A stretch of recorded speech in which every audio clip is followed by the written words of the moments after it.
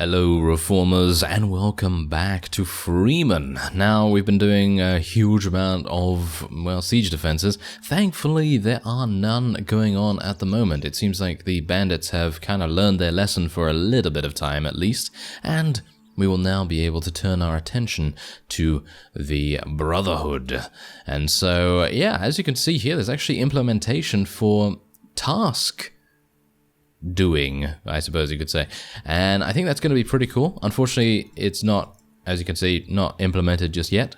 But that sounds pretty intriguing. Anyway, we're going to be attacking them. Let's do it. Now, these guys do have extremely good experience. They are very good at what they do, but they have very low kind of gear. So yeah, anyway, as you can see, I've actually been to the FCA and I've gained a huge amount of their recruits. And by the way, we're apparently going to be fighting in a thunderstorm, so this is going to be interesting. Anyway, let's tell them to go over in this direction,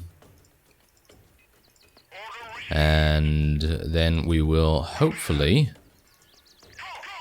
be able to maybe see the opponent, and maybe be able just to pick them off a little bit. But you can see here that it's raining. That was also one of the things that was added in the recent update, weather systems, which is pretty fantastic. You can see here that the trees are actually moving due to the wind. So that's pretty crazy. I actually wonder whether it's going to affect our bullets at all. Hopefully they're not going to affect our accuracy. Oh dear. That would be pretty harsh, but yes, I doubt it, maybe? Well, we'll see. Anyway, let's just get ready for our opponents to maybe show themselves at some point. I'm going to move these guys a little bit ahead here. I mean, we got to be really careful. Ah, there they are. They're right to the left of us. Where are they? Is that them there? Yeah, that is them over there. Okay, well, we might have some difficulties right now because these guys are flanking us like nothing else. Look at that! They are super flanking us. That is pretty crazy.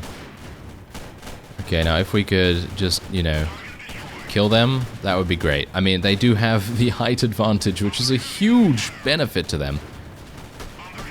Let's just kill that guy. That's the bandit leader. That's obviously going to help us out.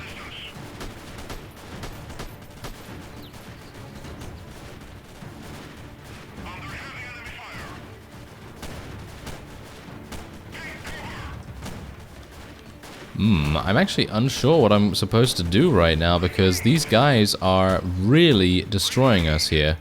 I guess I'm gonna have to get some mercenaries to maybe flank them, as you can see. This is probably gonna make much more sense if I could actually select them. There we go, thank you very much. Now let's deploy them all. That's gonna help us out because they're just gonna flank them from the top there, and that is gonna make so much difference. So hopefully they'll level up a little bit as well. And let's try and shoot some of these guys. We get some pretty decent experience for killing them, so that's nice too. Unfortunately, losing that many units was not really in the plan, but as I said, they are very experienced. They just have bad gear and weapons. So, I mean, they seem to be doing pretty well on it. Not too bad.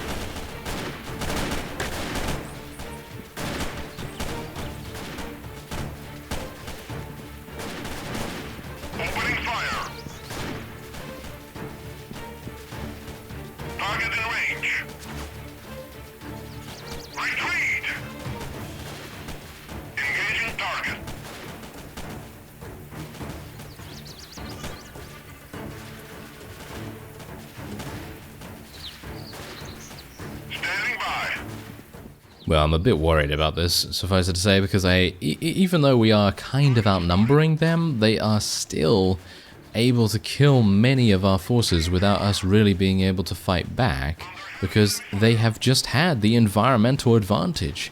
The entire fight, they have had elevated ground, and that's making a massive difference. Unfortunately, we just didn't have the correct way of doing things just yet against these guys, because we're not used to it, you know? These bandits, well, shall we say, these terrorists are much better than the bandits that you're otherwise going to fight. I mean, you can see here that I'm actually cutting them down pretty easily myself, but obviously, considering I'm using pretty low-tier units, yeah, it's gonna reflect that, you know? They're not gonna be that good at what they do. But hopefully they'll be able to level up reasonably quickly when we are fighting these guys. I mean, it really just depends on, as I say, the battlefield layout, you know? They just had a really fantastic vantage point, and that did a lot of damage to us. But it's okay, because we were able to prevail, and I don't think we lost any squads. I think we lost some units, that's for sure. But we can, of course, always just refill those, and that's not too bad. Now there are 3 enemies remaining, so let's see if I can find them. There's one over here, that's for sure.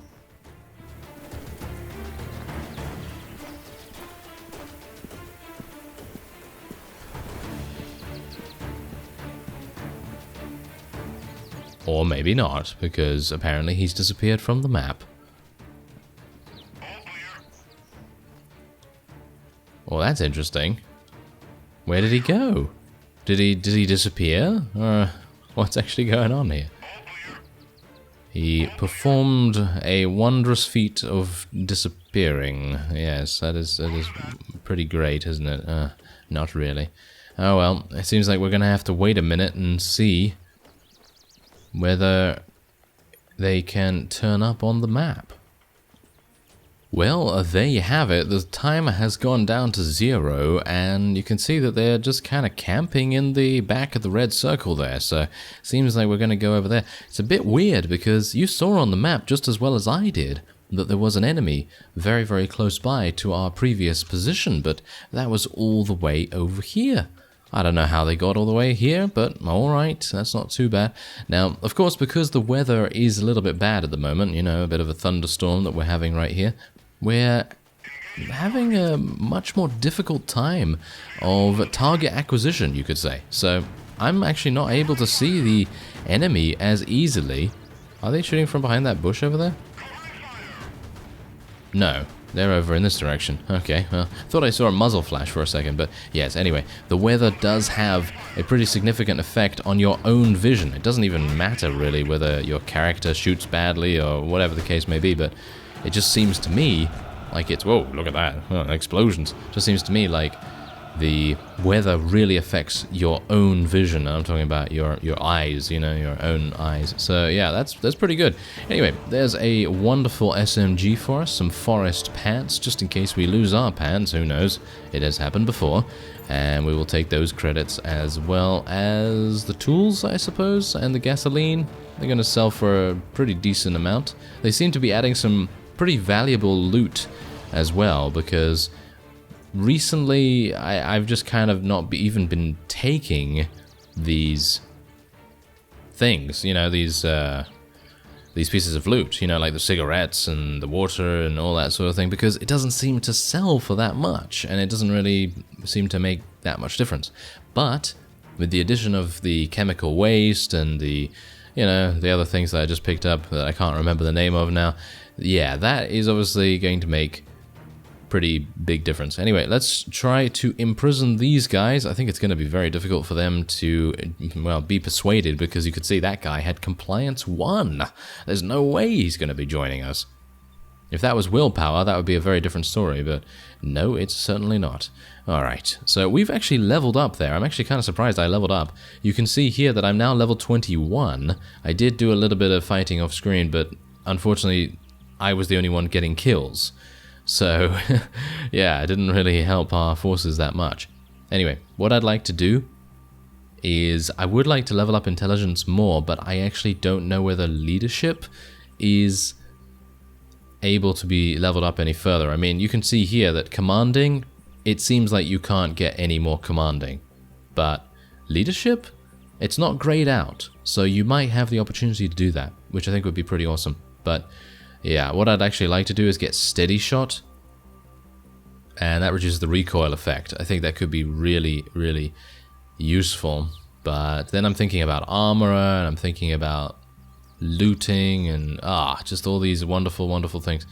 Well, okay, I guess I don't really want to go for steady shot once again, so I'm just going to go for some constitution here, because I'd actually like to get one more point in vitality, and maybe another point in armor as well, just to make sure that we have about 200 HP, because we do seem to, if we're gonna take damage, we do seem to take damage very, very quickly, and so it would make a little bit of sense to go for a little bit more survivability, I suppose. Anyway, I'm going to go for some more first aid as well, because that is going to reduce our killed in action rate of soldiers by an additional 5%, so we now have 20% chance for them not to die outright, which is, in my opinion, pretty invaluable. Anyway, let's just add some more ammo on there, and we should probably get our squads refilled. Unfortunately, none of them leveled up. I'm kind of surprised by that, because I wasn't the only one killing things in that fight. They have killed things, so it's very, very disappointing to me that they're taking so long to level up. I mean, you can see here that these guys don't have any experience whatsoever. These only have 310 out of 2,000. These have 360 out of 2,000 once again. And, I mean, the mercenaries, they take 100 less experience to level up, but it still takes them a long time. There we go. These guys are going to level up soon. But everyone else is not really doing a fantastic job. I mean, I guess it just takes a little bit of time, and we just need to, as I say, get a little bit luckier when it comes to the placement of our opponents. Now, you can see here that there are stars sometimes at the base of the enemy's sprites on the world map, and I'm actually unsure what that is all about. Does that mean the rank or the level or the gear quality of those particular forces? Because I'm a bit worried about engaging a band that has 1 star or even 2 stars. So I suppose what I'm going to do is I'm going to just attack these guys over here. And they have about 35, don't they? I think they have about 35. Yes, they have 35. So let's see. Ooh, wow, this is a big area right here, and ooh, that's pretty nice. Look at that. That is a nice elevation right there. So if we can, what I'd like to do is go along the tree line, go up the hill there, and see what we can do about leveling our FCA recruits a little bit more. Now let's see if I can just get a bunch of those out here, and then we're going to tell them to go here, here, and then around here is good. And we're going to move these all around the same sort of area. I don't really want to take them along the exact same path, because obviously that's not really going to make too much sense. But what we're going to also do is we're going to split off our forces just a little bit. We're not going to tell them to go like super far away from each other, because we don't want another one of those things to happen, if you know what I mean. Yes, if you remember one of the previous episodes where we split our forces up, and that did not work very well. So let's just tell them to do that, and that seems good to me. So let's get our AK out once again, or shall we say an RPK. It's technically an RPK, obviously, but still, it looks like an AK to me. Alright, so, nope, I almost blinded myself. Yes, blinded myself with the night vision.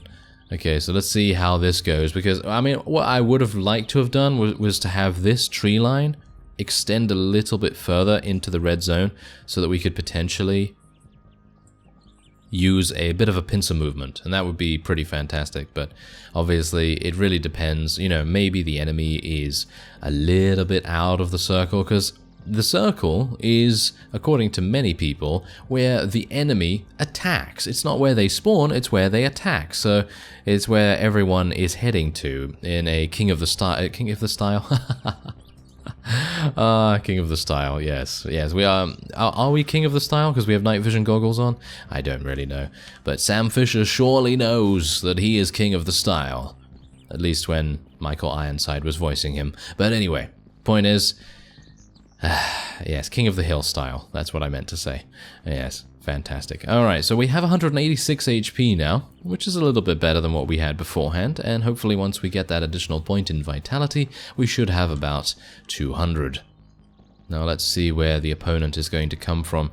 Now we do have 3 squads here and 3 squads here, so they should be able to fend off a good amount of enemies. Aha, there we go. We got some enemies incoming right here, so I'm going to tell our other forces to try and reinforce us a little bit. And I'm not telling them to go around the side or anything like that, because if these enemies gain control of the upper ground once again, we are going to be in for some pain. We certainly are. Oh, hello there. There's actually a lot of them over there. Okay, let's kill that guy, I guess.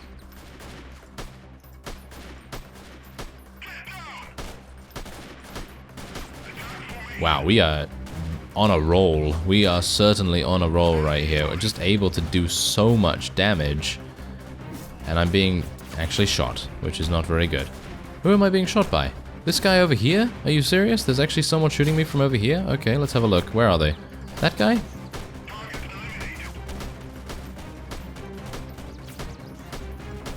I gotta say, it's actually kind of difficult to shoot when you're leaning for some reason. Don't know why that is. That's kind of strange. Okay, well, let's just heal ourselves a little bit. And, oh, I'm being shot from over there as well.